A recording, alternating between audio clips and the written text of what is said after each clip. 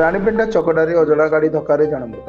ଗଜପତି ଜିଲ୍ଲା ପାଳାଖୁଣ୍ଡି ନିକଟ ରାଣୀପେଣ୍ଟା ଛକଠାରେ ଘଟିଛି ଏକ ସଡ଼କ ଦୁର୍ଘଟଣା। ଏକ ଅଜଣା ଗାଡ଼ି ଧକ୍କାରେ ଜଣେ ବ୍ୟକ୍ତିଙ୍କ ମୃତ୍ୟୁ ଘଟିଥିବା ସୂଚନା ରହିଛି। ମୃତ ବ୍ୟକ୍ତି ଜଣକ ହେଲେ କାଶୀନଗର ବିଜ୍ଞାପିତ ପରିଷଦ 8 ନମ୍ବର ୱାର୍ଡ ଅନ୍ତର୍ଗତ 15 ସାହି ବାସିନ୍ଦା 56 ବର୍ଷୀୟ ବାରିକ ଖାରଡ଼ା ବୋଲି ଜାଣିବାକୁ ମିଳିଛି। ସୂଚନା ପ୍ରକାରେ ବାରିକ ଖାରଡ଼ା ନିଜ ପୁଅ ଶଙ୍କର ଖାରଡ଼ାଙ୍କ ସହ ବାଇକ୍ ଯୋଗେ କାଶୀନଗରରୁ ଜିରାଙ୍ଗ ହାଟକୁ ଯାଉଥିବା ବେଳେ ରାଣୀପେଣ୍ଟା ଛକଠାରେ କୌଣସି ଏକ ଅଜଣା ମ୍ୟାକ୍ସ ପିକଅପ୍ ଗାଡ଼ିଟି ଧକ୍କା ଦେଇ ଚାଲି ଯାଇଥିଲା, ଯାହାଫଳରେ ଦୁଇ ଆରୋହୀ ବାପା ପୁଅ ଛିଟିକି ହୋଇ ପଡ଼ିଥିବା ବେଳେ ଘଟଣାସ୍ଥଳରେ ବାପା ବାରିକ ଖାରଡ଼ାଙ୍କ ମୃତ୍ୟୁ ହୋଇଯାଇଥିବା ବେଳେ ପୁଅ ସାମାନ୍ୟ ଆହତ ହୋଇଥିବା ସୂଚନା ମିଳିଛି। ଘଟଣାସ୍ଥଳରେ ପାଳାଖେମୁଣ୍ଡି ପୋଲିସ ପହଞ୍ଚି ତଦନ୍ତ ଆରମ୍ଭ କରିବା ସହ ଶବକୁ ଜବତ କରି ପାଳାଖେମୁଣ୍ଡି ଜିଲ୍ଲା ମୁଖ୍ୟ ଚିକିତ୍ସାଳୟକୁ ପଠାଇ ଦେଇଛି।